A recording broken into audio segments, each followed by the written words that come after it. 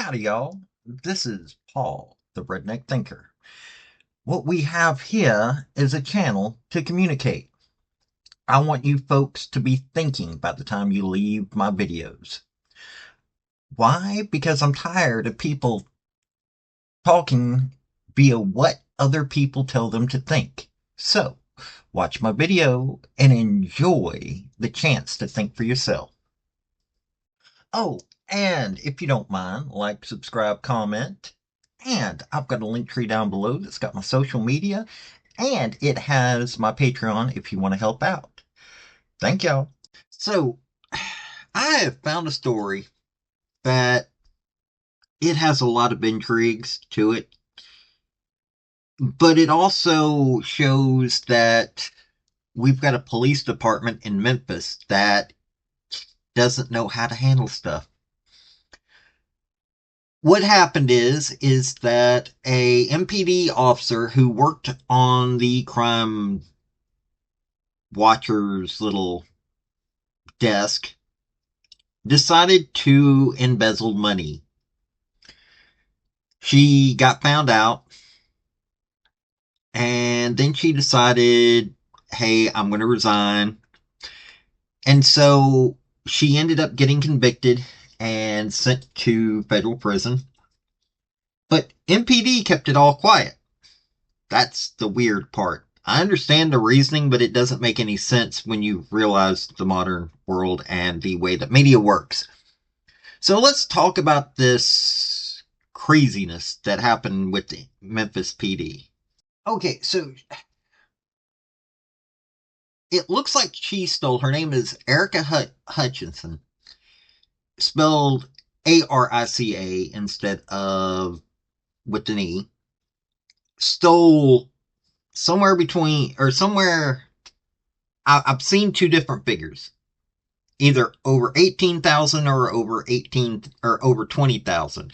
She was fined 22,000. But she was working with Crime Stoppers on the desk. She was financially unstable in her life. And so she decided to make a couple of or multiple false reports credited to somebody whose initials were KB, and got this money to a person of interest. They haven't been identified in the media. Well, Crime Stoppers has some auditing tools that notice some strange things going on. So it went to the feds. The feds investigated. She got let go. Well, no, she didn't get let go. She actually resigned. And that's what the letter is above. And then the feds took her to jail. She got convicted, of course. She's got like a slap on the wrist, but I mean, it's what it is. The woman was known to have financial issues.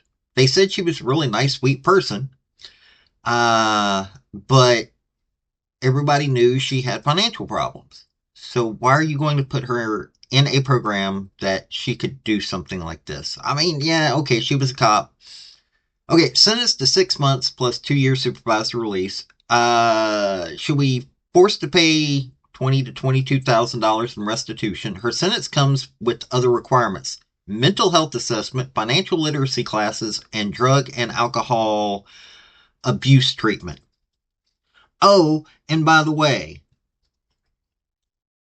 she hasn't been decertified, so after she does all this, she could technically still be a cop. But let's get into what the MPD did with their cover-up.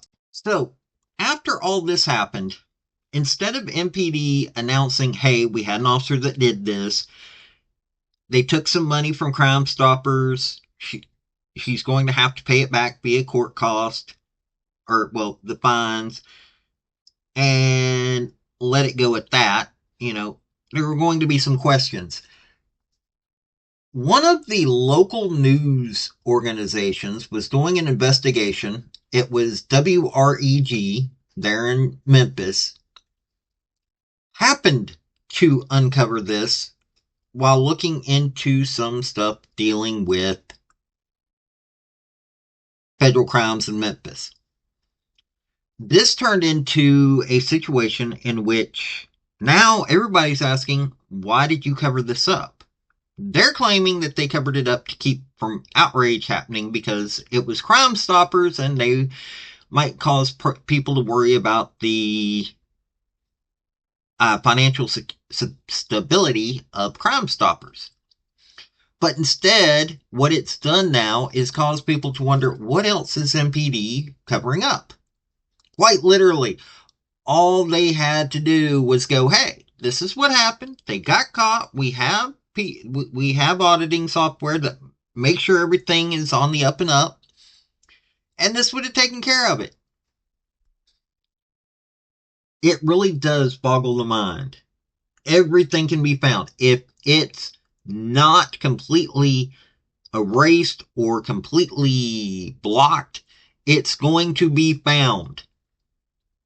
MPD should have known this because it's their job to find things like that. So my question is, did their public relations people not go, hey, this is a bad idea? Don't sound like they had that happen. This is Memphis anyway. It's not like they work on completely normal standards compared to a lot of other places. But this is bad. And there's a lot of people right now in Memphis wondering, what else, if they covered this up, what else have they covered up? They are. Now look, I'm sure whoever it was at MPD that decided to do the cover up just didn't have the brains to be able to figure out this was a bad idea. But it also makes you wonder, there are plenty of other jobs that you can put a police officer into that when they have financial problems.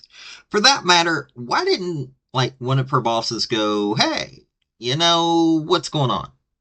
And actually have a conversation, because it sounds like there's multiple things going on with this young woman.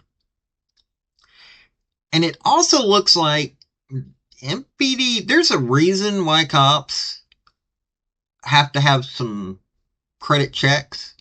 Seriously, there's some basic behavioral issues going on in this whole situation, not just with Miss Hutchinson, but with MPD. So what else have they been covering up, though? That's what I would love to know. WREG, I'm sure, is wondering what else is covering up. All the news agencies there are probably wondering that. Miss Hutchinson did something wrong. She got caught. She got busted. A whole bunch of stupidity, but both that she was allowed to be a cop and the fact that, MPD was willing to cover this up so easily. There's a lot of questions going on right now in Memphis, and there should be, and anybody that's got to deal with Memphis might want to know about this as well. But hey, I thought I'd cover this story. Just a lot of weirdness going on with it. Y'all have a good day now. This has been Paul, Redneck Thinker.